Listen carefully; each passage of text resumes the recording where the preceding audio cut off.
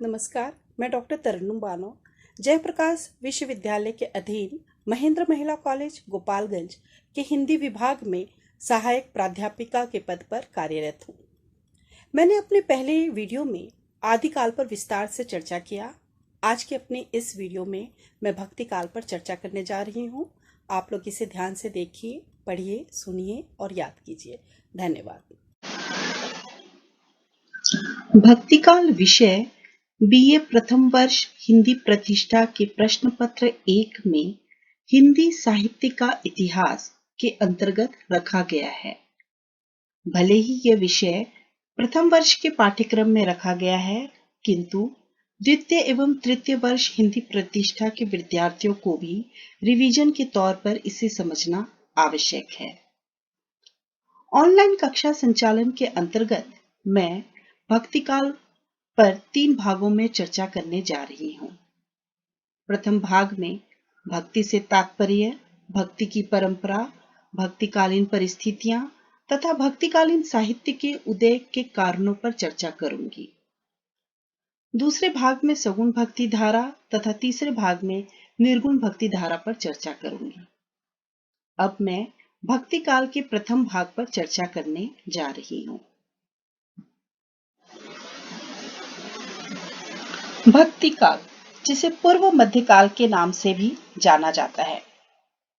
आचार्य रामचंद्र शुक्ल जी ने पूर्व मध्यकाल का समय विक्रम संवत 1375 से 1700 अर्थात 1318 ईस्वी से 1643 ईस्वी के बीच माना है।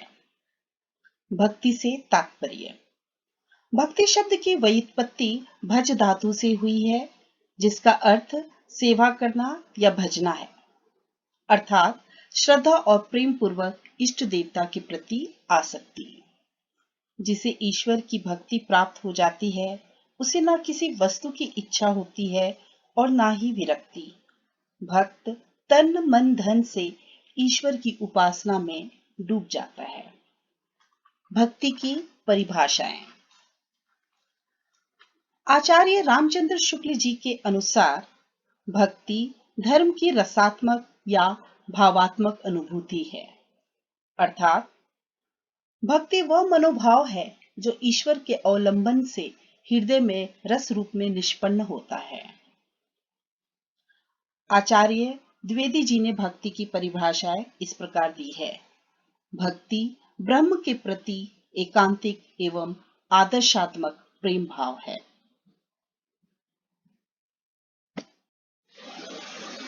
अब हम भक्ति की परंपरा पर चर्चा करेंगे। भारतीय धर्म साधना के इतिहास में भक्ति का विशिष्ट स्थान रहा है। भक्ति के बीज वेदों में ढूंढे जा सकते हैं। भारत में प्राचीन काल से ही धर्म और मोक्ष के साधन के लिए 3 मुख्य मार्ग प्रचलित रहे हैं: कर्म, ज्ञान तथा भक्ति। महाभारत में ज्ञान और कर्म के साथ साथ भक्ति को भी मोक्ष का एक मार्ग माना गया। 6ठी सदी के उत्तरार्ध से लेकर 10वीं सदी तक दक्षिण में अनेक संतों द्वारा भक्ति आंदोलन का विस्तार हुआ। ये संत नयनार अर्थात शिव भक्त और आलवार अर्थात विष्णु भक्त के नाम से प्रसिद्ध हुए। दक्षिण भारत हमारी संस्कृति, दर्शन, चिंतन तथा धर्म साधन का प्रधान केंद्र बना रहा। शंकराचार्य मध्य युग के ज्ञान मार्ग के एक ध्रुव है, तो रामानुज दूसरे ध्रुव। रामानुजाचार्य, माधवाचार्य, निम्बार्क आदि ने शंकराचार्य की अद्वैत वेदांती व्यवस्था से असहमति व्यक्त करते हुए भक्ति में शरणागति एवं समर्पण भाव की प्रधानता को बल दिया। आगे चलकर रामानुजाचार्य ने अपने विशिष्टाद्वैतवादी दर्शन के माध्यम से आलवारों की भक्ति को दार्शनिक आधार प्रदान किया।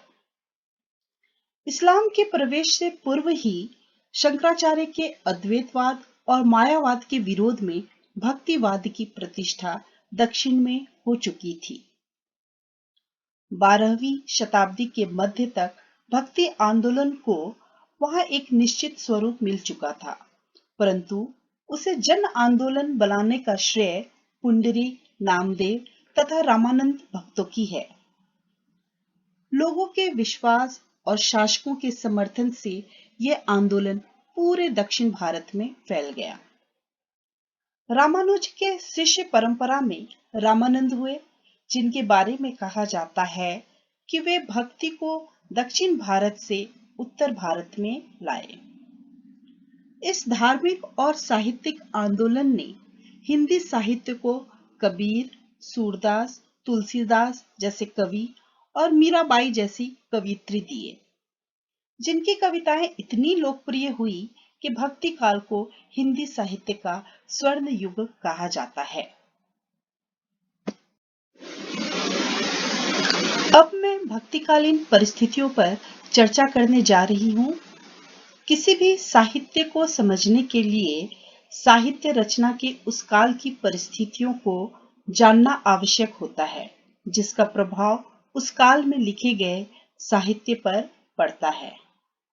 अब हम सबसे पहले भक्तिकालीन राजनीतिक परिस्थितियों पर विचार करेंगे। भक्तिकाल का विस्तार मुख्य रूप से सल्तनत काल के तुगलक वंश से लेकर मुगल वंश के बादशाह शाहजहां के शासनकाल तक का है। तुर्क आक्रमणकारी मोहम्मद गौरी द्वारा उस समय भारत पर आक्रमण किया गया। राजपूत राजाओं के आपसी फूट एवं शत्रुता के कारण पृथ्वीराज चौहान मोहम्मद गौरी द्वारा तथा जयचंद्र कुतुबुद्दीन ऐबक द्वारा मारे गए। 13वीं सदी के अंत तक दिल्ली सल्तनत का विस्तार मालवा और गुजरात तक, दक्कन और दक्षिण भारत तक हो गया। अलाउद्दीन खिलजी व मुहम्मद बिन तुगलक द्वारा साम्राज्य के विस्तार व केंद्रीकरण की नीति की शुरुआत की गई। बाद में बाबर ने सैयद वंश के लोधी सुल्तान इब्राहिम लोधी को पानीपत की लड़ाई, जिसे 1526 में लड़ा गया, में पराजित करके मुगल वंश की स्थापना की। अकबर के शासनकाल में मुगल शासन का विस्तार हुआ। अकबर के बाद जहांगीर एवं शाहजहां द्वारा मुगल साम्राज्य का कुशल नेतृत्व किया गया। शाहजहां के अंत के साथ ही हिंदी साहित्य में भक्ति काल की भी समाप्ति हो गई। इसके बाद हिंदी साहित्य के इतिहास में रीतिकाल का दौर शुरू हुआ। अब हम भक्तिकालीन आर्थिक परिस्थितियों पर विचार करेंगे। तुर्कों के द्वारा भारत में शासन कायम करने से लेकर शाहजहां तक के राजनीतिक इतिहास में सबसे महत्वपूर्ण तथ्य केंद्रीकृत शासन व्यवस्था है। इन शासकों के द्वारा केंद्र से लेकर गांवों तक एक सुचारू अर्थव्यवस्था कायम की गई। आर्थिक स्थिति के बेहतरी एवं व्यापार को बढ़ावा देने के लिए इसी दौर में दिल्ली, आगरा, बनारस, इलाहाबाद, पटना आदि शहरों का विकास हुआ। ये शहर ही आगे चलकर व्यापार के प्रमुख केंद्र बने।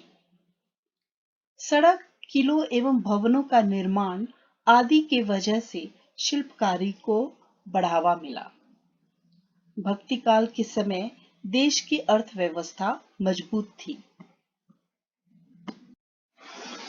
भक्ति काल के समय समाज किस प्रकार का था, इस बात पर अब हम विचार करेंगे। वर्ण व्यवस्था एवं जातिगत ऊंच नीच की भावना ने समाज को दो वर्गों में बांट रखा था, अर्थात उच्च वर्ग तथा निम्न जाति वर्ग। आचार विचार की पवित्रता का स्थान स्वार्थ और पाखंड ने ले लिया था। समाज में छुआछूत की भावना का प्रचार था। शूद्रों के साथ अछूत व्यवहार किया जाता था। ग्रामीण समाज में किसानों की स्थिति काफी दयनीय थी। किसानों को बार बार अकाल का सामना करना पड़ता था। हिंदू व मुसलमानों के बीच सामाजिक मेल मिलाप अधिक नहीं था। जमींदारों द्वारा किसानों का शोषण किया जाता था। अब हम भक्तिकालीन धार्मिक एवं सांस्कृतिक परिस्थितियों पर विचार करेंगे। विदेशी आक्रमणकारियों ने विजय के आरंभिक चरणों में यहाँ के मंदिरों को तोड़ा तथा मस्जिदों की स्थापना की। उन्होंने इस्लाम धर्म का प्रचार किया, किंतु गांव में न इस्लाम धर्म का प्रचार था और न ही यहाँ के मंदिरों के निर्माण में कोई प्रतिबंध था। हिंदू समाज में धार्मिक भेदभाव के कारण तथा राजनीतिक सामाजिक लाभ के लिए कुछ लोगों ने अपना धर्म परिवर्तन करना शुरू कर दिया। समाज में धार्मिक कट्टरता फैली हुई थी। वास्तुकला, साहित्य, संगीत आदि क्षेत्रों में पारस्परिक मेल मिलाप की धीमी प्रक्रिया आरंभ हो गई थी। भक्तिकालीन परिस्थितियों पर चर्चा करने के पश्चात अब हम भक्तिकालीन आंदोलन के जन्म या उदय होने के कारणों पर विचार करेंगे। इसका अध्ययन हम 3 भागों में विभक्त करके कर सकते हैं। पहला, भक्तिकाल के उदय के राजनीतिक कारण। आचार्य रामचंद्र शुक्ल जी ने भक्ति आंदोलन के उदय के निम्न कारण बताए हैं। देश में मुसलमानों का राज्य प्रतिष्ठित हो जाने से हिंदू जनता में हताश, निराशा एवं पराजित भावना का उदय हुआ। इस मनोवृत्ति ने ईश्वर भक्ति की ओर जनता को उन्मुख किया। किंतु आचार्य हजारी प्रसाद द्विवेदी जी ने शुक्ल जी के इस मत से अपनी असहमति जताई है।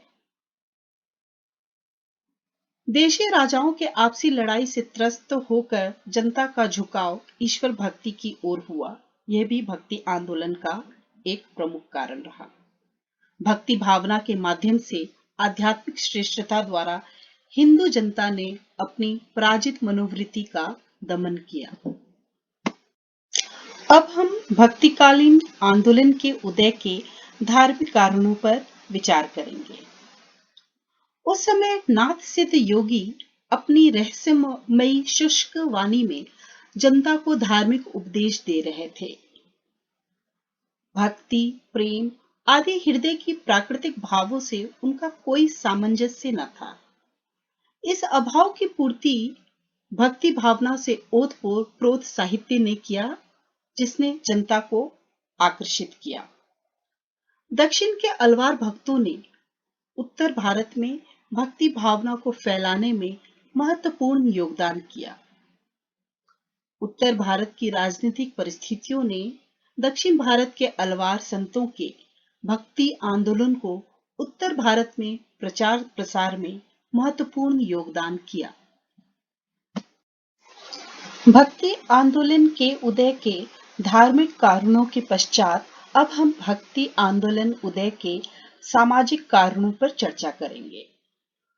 भक्ति काल में वर्ण व्यवस्था तथा जातिगत ऊंच नीच की भावना ने पूरे समाज को बांट रखा था। समाज में ढोंग व अंधविश्वास चारों ओर फैली हुई थी। छुआछूत की भावना समाज में फैली हुई थी। उच्च जाति के लोग निम्न जाति के साथ छुआछूत का व्यवहार करते थे। समाज की ऐसी निराशाजनक परिस्थिति ने आम जनता को भेदभाव रहित ईश्वर भक्ति भावना की ओर प्रवृत्त किया। आज के इस वीडियो में मैंने भक्ति काल के अंतर्गत भक्ति से तात्पर्य, भक्ति की परंपरा, भक्तिकालीन परिस्थितियां एवं भक्तिकालीन आंदोलन के उदय के कारणों पर चर्चा किया है। मेरे अगले वीडियो में मैं भक्तिकालीन 2 प्रमुख धाराओं, सगुण एवं निर्गुण धारा पर चर्चा करूंगी। धन्यवाद।